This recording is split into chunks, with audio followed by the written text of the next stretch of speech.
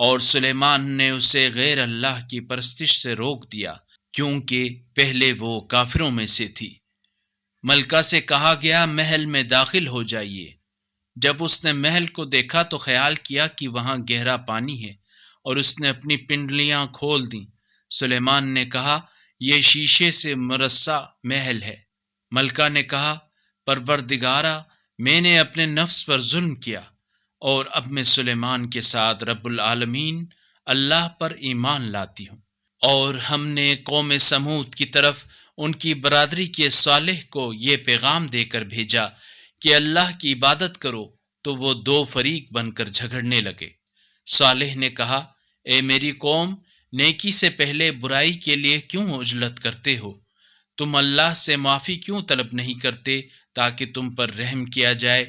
وہ کہنے لگے تم اور تمہارے ساتھی ہمارے لیے بدشگونی کا سبب ہیں۔ صالح نے کہا تمہاری بدشگونی اللہ کے پاس ہے، بلکہ تم لوگ آزمائے جا رہے ہو۔